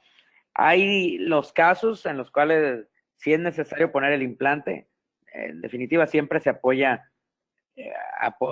colocar el implante, ¿verdad? Pero cuando se puede salvar y restaurar la pieza, excelente, es la mejor opción siempre. La Sí, doctora es la mejor opción. La doctora Lisbeth Núñez pregunta, ¿qué otro factor le hace decidir realizar un tratamiento con fístula en una sesión a pesar de tener persistencia de fístula clínica de años? ¿Solo el hecho de obtener un conducto seco? Sí, de los 133 casos que, yo traté, fíjense que en la evaluación 93 casos fueron con reparación de la lesión, o sea que fueron exitosos, y la mayoría de esos casos fueron tratados en una sola sesión. Yo en general hago la endodoncia en una sola sesión, a pesar de que sea una fístula de muchos años, salvo que no tenga el conducto seco o que el paciente tenga alguna patología sistémica, por ejemplo, algún inmunocomprometido, que en ese caso espero que la fístula cierre. Pero si el paciente es inmunocompetente y yo logro un conducto seco, hago la endodoncia en una sola sesión. Perfecto. Aunque la fístula sea vieja, aunque la fístula sea de muchos años. Sí, con que haya secado, con que esté seco el conducto Sí. para poder obturar. Muy bien, Bueno, doctora. ustedes vieron los casos que yo en general le pregunto a los pacientes. Algunos ni siquiera saben que tienen la fístula, entonces no es algo que puedo contabilizar. Pero el paciente que tiene una fístula de muchos años, ese sí sabe exactamente, como el chiquito que me dice, yo desde los 10 años que tengo esto, me dan un antibiótico, se me va, después me vuelve, y nunca trataban el diente. Los pacientes que tienen fístulas tan persistentes, esos sí saben. Y el resto de los pacientes que creen que algunos ni siquiera saben que tenían una fístula. Como el diente no les duele. Claro. Muy Pero bien. es algo subjetivo, no puede ser contabilizado porque los pacientes no tienen mucha idea. Yo les pregunto y lo quería contabilizar, de cuántos, y me dice, y no sé, puede ser unos meses, unos años. Entonces, los pacientes no le dan importancia a cuánto tiempo hace que tienen la fístula, salvo que sea muy vieja, que ya ahí sí es algo que les preocupa. Pero si no, el resto de los pacientes, que puede ser que tengan meses la fístula, es algo que no le han dado importancia. Claro. Bien, doctora. La doctora Magali Rivera. Buenas noches, doctora. Excelente conferencia. Y pregunta, ¿qué gutapercha inyectada utilizó en el último caso del central con bracket posterior a la colocación del MTA? Utilicé el sistema Calamus.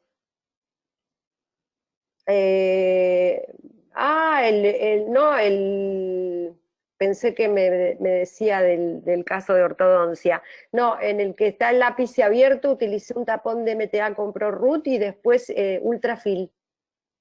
¿Es el del central? Ultrafil. Del central. Ok. Sí. Una técnica que ya no sé si me quedan agujas, porque no sé si existe ya el Ultrafil, pero es un caso que tiene unos cuantos años. Ahora uso otros sistemas, pero esa está con las cánulas de Ultrafil. Está la foto ahí.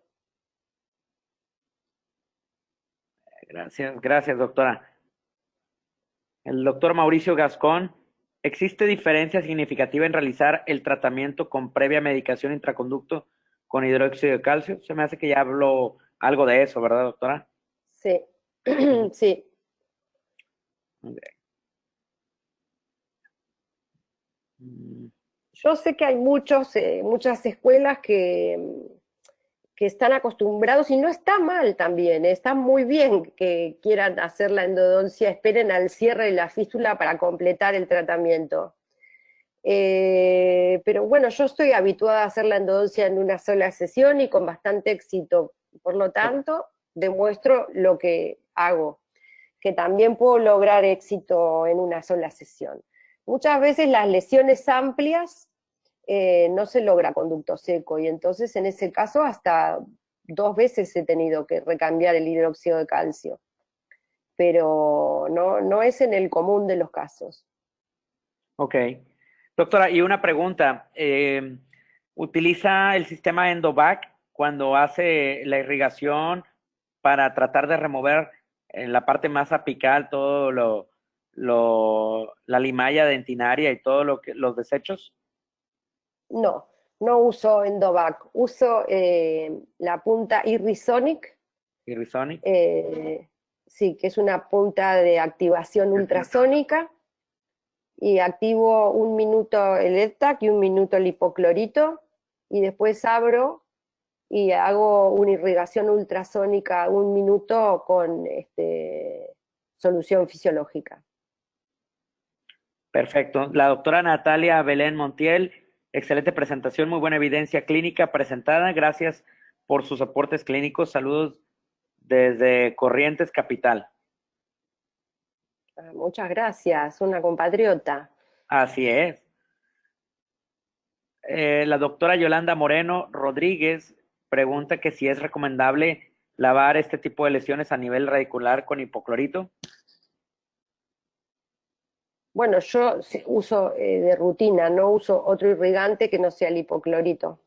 Uso hipoclorito al 2,5%. Ok. Hago un lavaje final, seco el hipoclorito, inundo el conducto con ETAC, activo 1 minuto con la punta Irrisonic, vuelvo a irrigar con hipoclorito, activo 1 minuto el hipoclorito y después hago una activación con solución fisiológica durante otro minuto. Así que uso 3 minutos de activación. Pero eso es lo que hago hoy. Lo que usted Yo les mostré casos hechos en el año 99, porque esta es una evaluación de 20 años. Casos en el año 2000 y 2003, donde no activaba con nada, solamente colocaba EDTAC 5 minutos, después lo colocábamos 3 minutos y hacía un lavaje final con hipoclorito. Y también tenía éxito. Perfecto. Quizás ahora, activando el irrigante, tenga más éxito todavía. Ajá. Pero en 20 años la endodoncia evolucionó muchísimo, ¿no? Tenemos un avance tecnológico impresionante. Es más, hoy podemos ver lo que antes teníamos que imaginarnos con el uso del microscopio. Así que lo que ha avanzado es impresionante, pero yo he tenido éxito con condensación lateral y técnica manual. Es correcto. Doctora, a nombre de la Asociación Mexicana de Endodoncia le vamos a entregar este diploma, este reconocimiento como como un comprobante de su participación a nombre del doctor Hugo Trujillo Torres, presidente de la Asociación Mexicana de Endodoncia, el doctor José Alejandro Espinosa Armida, el doctor Jaime Gonzalo Barahona Baduy y un servidor, doctor Enrique Chagoyán Benavides, disculpe, y la doctora Gisela Cañaveras, que es secretaria de la misma asociación. Le otorgamos este reconocimiento, dice así: reconocimiento a la doctora Liliana Artaza por haber sido ponente dentro del programa académico de las conferencias en línea de la Asociación Mexicana de Endodoncia, SABE, con el tema la presencia de sinus tract fístula disminuye la tasa de éxito del tratamiento endodóntico, con la firma de los antes mencionados, fecha jueves 18 de julio del 2019. Viene en el libro número 1, foja 01, folio 02, y son 2 horas de curso. Esta constancia se la vamos a hacer llegar en PDF para que la pueda imprimir, doctora, y usted pueda hacer uso de este diploma. Y, doctora, no queremos desvelarla mucho, sabemos el horario que ya es casi la madrugada por allá, entonces quedaron unas cuantas preguntas, se las vamos a hacer llegar a su correo electrónico para que con calma y con menos desvelo les esté contestando a todos los idontonautas. Queremos agradecerle de antemano por esta gran ponencia. Como mencioné, el doctor Hugo Trujillo Torres, presidente de nuestra asociación, está muy contento y le mandaba un gran saludo y un fuerte abrazo. Bueno, no, muchísimas gracias a ustedes por la invitación. Fue un honor haber dado esta charla para la Sociedad Mexicana de Endodoncia y bueno, seguimos en contacto. Me mandan las preguntas y respondo. Ojalá les haya sido de utilidad. Excelente ponencia, doctora, de mucha utilidad. Había unas dudas por ahí entre el público que fueron aclarándose. Como usted mencionó, hay algunas escuelas que es de una sola cita, hay escuelas que es de 2 sesiones con hidróxido de calcio, y bueno, en el día a día que estamos viendo, y dependiendo lo que a veces el paciente ya no vuelve, es como tratamos de resolver los casos de la mejor manera. Sí, exactamente. Yo creo que la sobrevida de los dientes tiene más que ver, en manos, por supuesto, de un especialista en endodoncia, tiene más que ver con la calidad del remanente y la rehabilitación posterior que con la endodoncia misma. La endodoncia es una terapia sumamente exitosa. Lo que no es tan exitoso es lo que le ponen arriba. Ya lo vimos hace rato con sus casos mostrados. Y bueno, como mencionamos, medicina basada en evidencia. Esto fue básicamente la charla de hoy. Bueno, muchas gracias. Muchísimas gracias, doctora. Se queda aquí con Diana. Muchísimas gracias a todos nuestros idontonautas. Diana. Muchísimas gracias, doctor Enrique Chagoyán. Agradecemos a la doctora Liliana Artaza por esta interesante información. Gracias a nuestros queridos amigos de COA Internacional y a la Asociación Mexicana de Endodoncia y al Colegio de Especialistas en Endodoncia. Gracias a ustedes, queridos idontonautas, que se conectan de todo nuestro país y de países hermanos latinoamericanos. Fue un verdadero placer recibirles el día de hoy en el ciberespacio. Les agradecemos mucho su tiempo, confianza y preferencia.